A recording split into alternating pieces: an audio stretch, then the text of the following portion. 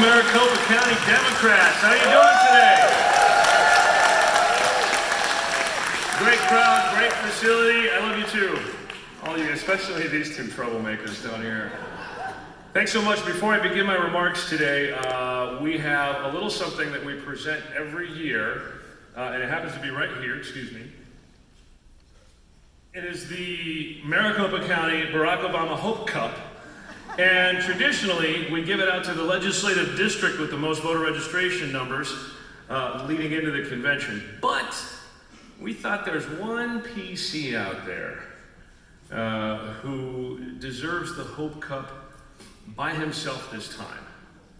This person, and you'll understand why, within the last decade, single-handedly has registered over 10,000 new voters.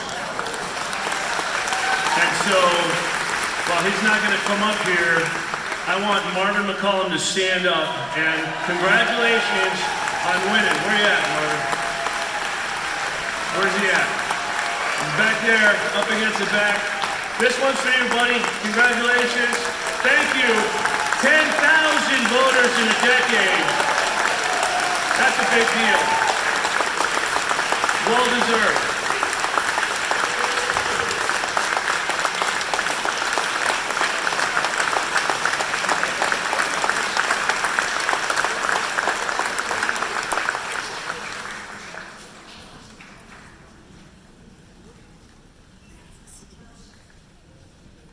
Isn't that amazing? Now, so I'm reading off of my phone because I didn't finish my speech early enough to memorize it like I try to do. But look, how did we win in 2016? We rejected politics as usual. That's how you got me elected. That's how you helped Paul get elected. And we knew that you guys were willing to give me a shot. A new guy, nobody had heard of me. And I really do appreciate it. You've seen some of the progress that we've made. You yourselves have experienced a lot of the good work we've done. And that is entirely because of a lot of the tireless work that so many of you have done. And for that, I am eternally grateful because this has been the adventure of a lifetime. And yes, it's going to continue, thanks to you, because we're going to keep going. But that's enough of the nice stuff. I'm here to deliver a message about growing the electorate. And you know, there's this tired trope that we hear all the time. Oh, this is the most important election of our time. And I'm really sick of hearing that. Because what that does is it puts us in a place to hear the same narrative that we get from social media and from regular media. And it's the narrative that it's the one at the top that matters. The most important election of our time several years ago was about potentially having the first African American president, about having the first woman president, about having this coming time a regular president. We'll just leave it at that. I'm not poking fun. I'm just trying to, this is important. And it's important because we ourselves are getting stuck in this. And that's not good. We're focusing our attention away from races that actually have a day-to-day impact in our own lives. We've ignored the county assessor's race since 1992. My predecessor didn't have an opponent since 1988. Right? Local elections matter, and we're ignoring a lot of these races. And here's the deal. I'll just run through a list of things. Well, Congress, and I don't mean to disparage our congressman who's coming up in a minute, but, Greg, this is not personal. You're part of a bigger group here. Well, we're waiting for Congress to pass this Green New Deal thing. Guess what? Your Maricopa County Air Quality Department is out there regulating every construction site and making sure that dust abatement doesn't pour that stuff into your pools and your air filters and into your lungs. We've got a water quality department that inspects water. That's run at the county level. While Congress is dithering on school affordability at the federal level, we're ignoring the fact that we've got folks like Dr. Linda Thor and an entire board that runs the largest community college district in the United States of America right here in Maricopa County.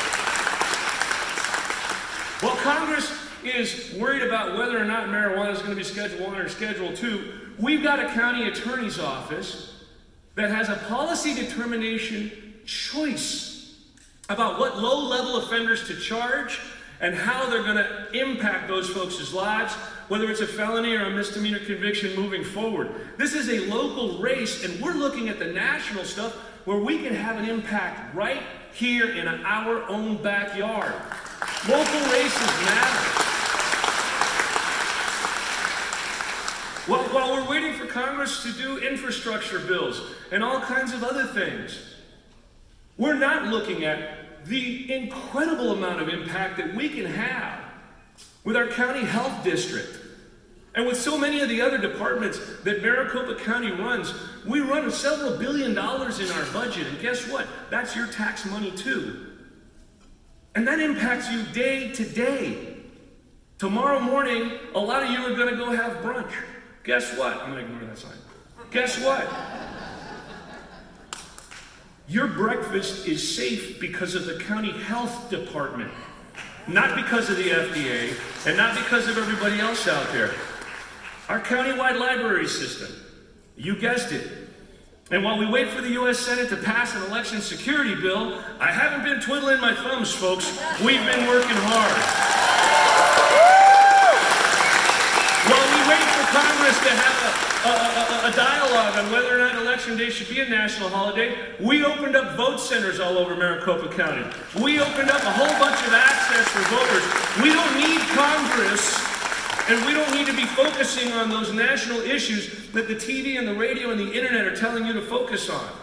Yes, it has an impact, but it doesn't have an impact on the day-to-day in your house, in your backyard, to your neighbors. We're waiting for them to criminalize systemic voter disenfranchisement. And we've been informing voters of the time, place, and manner of their elections since I took office. And we've seen the marked increase in voter turnout because we care, and it is a local government official that's doing that, not somebody in Washington, D.C. Local elections matter. And no one is going to fight for the future of Maricopa County except for us. This is the time that we need to do the work to elect local candidates, to make the differences for our families, for our neighbors, for our kids and grandkids. We can focus on the national debate, sure, but that takes time and energy away from all of these other offices, of which, by the way, we've got more candidates than we've ever had, from these important day-to-day issues. Our party, the Maricopa County Democratic Party, is the party of the everyday. It is not the party of foreign affairs. It is not the party of national tax policy.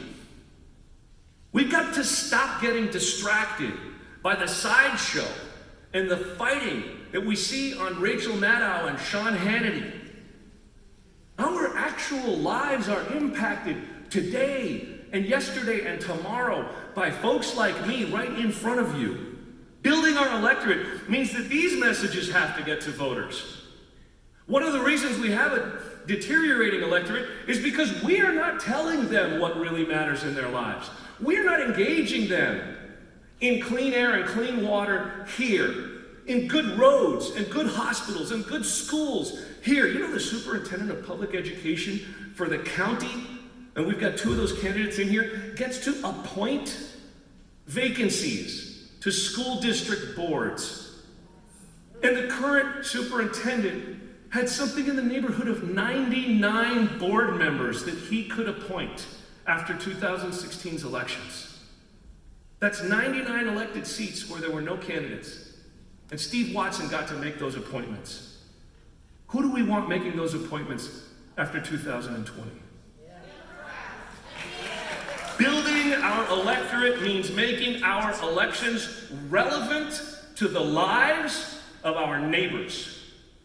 We need to stop playing this distant game of it's over there and just fighting to fight. And we've got to start talking to people about our here and now, our families, our neighbors, our neighborhoods. This is Maricopa County Democratic Party's mission.